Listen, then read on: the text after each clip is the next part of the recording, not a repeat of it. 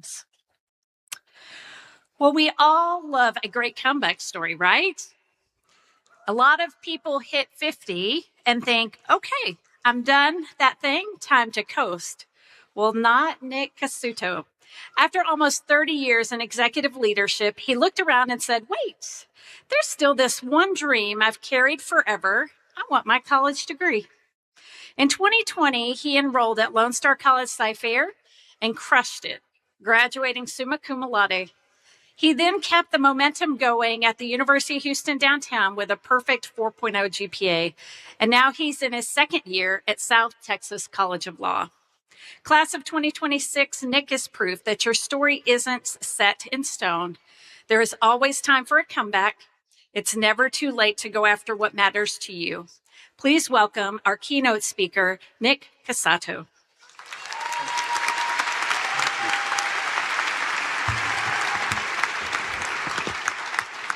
Thank you. I'm honored to be here. In 2020, I pulled into the Lone Star parking lot, not far from here, a few hundred yards from here. I was 50 years old. I had a backpack on. I was masked up because COVID was in full swing. I sat in my car probably longer than I should have. Then I got out and I stood next to it longer than I should have. And I asked myself one question: what on earth are you doing here? Well, I'll tell you what I was doing here. A few months earlier, my 11-year-old son, Nicky, had asked me a question that I didn't have a good answer to. He looked up and he said, Dad, why didn't you go to college? My name's Nick Cusato. I spent nearly 30 years in executive leadership roles. I retired early. By every conventional measure, I had made it. Great family, healthy kids, wonderful wife. I retired at 50. I was comfortable. I was done. I'd won. But I didn't have a good answer for my 11-year-old as to why I didn't go to college. So I had to ask myself, what had I been telling myself all those years about why I was not college educated? Here's what I've been telling myself. I was telling myself that I wasn't teachable, that I was dumb, that I wasn't worth the teacher's time. Those weren't words that I made up. They were words that were handed to me as a child by adults that should have known better. I'd been carrying those around in my pocket for more than 40 years. What those teachers were really seeing was a little boy with ADHD. I had it then, I still have it now. But back in the 70s, we didn't have a word for it. Back in the 70s, the word they used was dumb. I built a successful 30-year career on top of those words. I used it as fuel, and it paid off. I made a great living, raised a family, was able to retire early. But somehow, even on top of all that, those words still bounced around in my head. So at 50, during the middle of COVID, I masked up. I'm standing over there a few hundred yards from here in that Lone Star parking lot. I was about to find out whether those people were right. I walked into my first class, and there was Kim Lane, Professor Kim Lane. Thank God for Kim Lane. If I'm being honest, I was never an academic. In fact, I was probably the opposite of an academic. Math, not my strong suit. Intimidating to say the least. Throughout my career, I had accountants for that. The last time I'd been to school, there was no internet, no Google. There sure wasn't any ChatGPT. A lot had changed. I was older than most of my professors. I was mistaken for a parent so many times that I just started wearing workout clothes to school so I would blend in and nobody would call me professor. But I'll tell you what, Kim Lane, she didn't see a man who was unteachable. She didn't see a man who was dumb. And she sure didn't see a man who wasn't worth her time. She saw a student. She made sure I understood every concept she put forward. And it was complicated math. And she was teaching somebody that was not an academic. She put her time in. Good educators meet you where you are. And that's exactly what went on here at Lone Star for me. Countless professors met me where I was, and they gave me what I needed to grow. I'm living proof that you can start over. I'm not here today to tell you what your future is going to look like. I'm here today because I know a thing or two about starting over. And looking out into the crowd, I can see some of you guys, you do too. Class of 2026, take a moment. Look at the person sitting to your right. Look at the person sitting to your left. Every person here is wearing the robe, almost the same robe, maybe a different color, but the same robe. No two of you fought the same battle to get into it. For some, the battle was academic.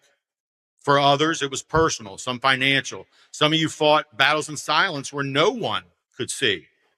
Some of you, like me, were told a long time ago that you weren't smart enough, that you weren't teachable, that you weren't worth the time.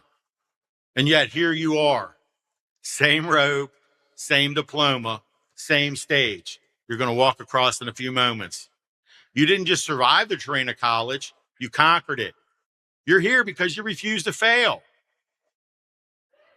When I enrolled here, I didn't have a clear vision of what I wanted to accomplish. I knew I wanted to succeed. I've always wanted to succeed. That drive, that's what paid off in my career. But if I'm being honest, something was missing, not around me, but within me. I had built the life I wanted, a life that looked great from the outside, but I hadn't asked myself a deeper question in a very long time. Who am I becoming? Retirement came, and instead of peace, I got silence.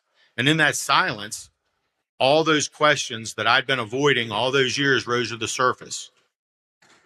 Had I let the people that told me I wasn't good enough, that I was dumb, convince me college degrees were out of my reach? Had I confused accomplishment with personal growth? Those are two very different things.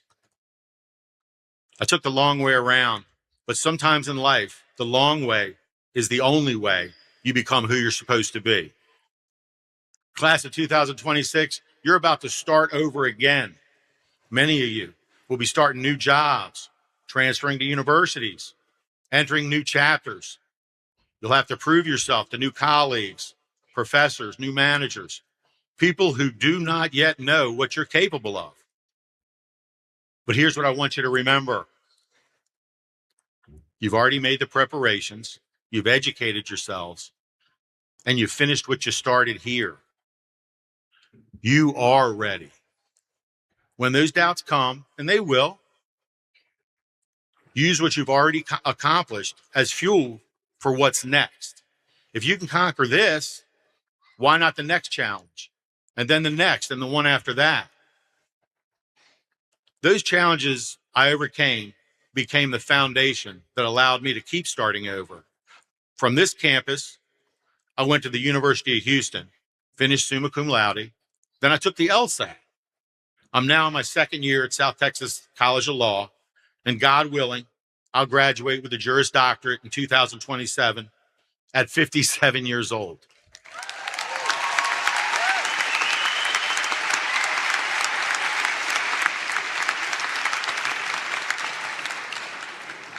The boy who was told he wasn't teachable, that he was dumb, that he wasn't worth the time, he's going to be a lawyer.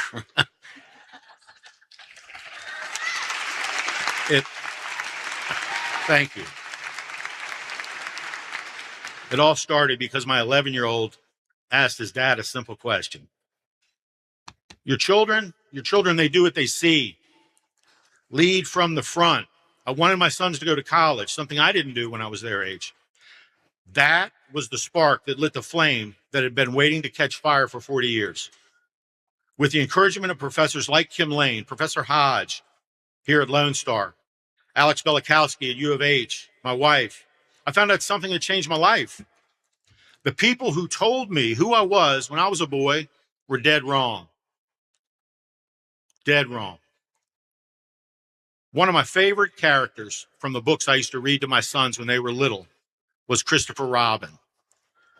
He spoke words that weren't just meant for that bear, Winnie the Pooh. They were meant for all of us, for me, for you. When he said, "Promise me you'll always remember, you are braver than you believe, stronger than you seem, and smarter than you think." I never really thought about those words much until I came here. Today is the proof you believed in yourself just enough to win your own unique battle. Every one of you is a victor of a different fight. It's not just the diploma you're taking away from here with you. It's the late nights, the early mornings, the studying when you wanted to quit, the doubt you pushed through. You kept going. You never gave up. That's why you're here. Let every obstacle you overcome be fuel for the next. Let the folks that doubt you fire the engine that powers you. Every battle was different. Every struggle was yours alone. But this win today, this win belongs to all of us. All of you are going to walk across this stage. You should be very proud of yourselves, truly proud. I am proud of all of you. Class of 2026, congratulations. You have won.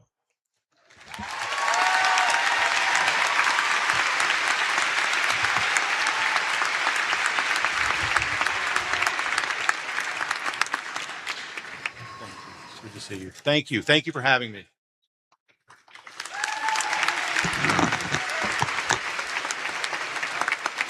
Thank you, Nick.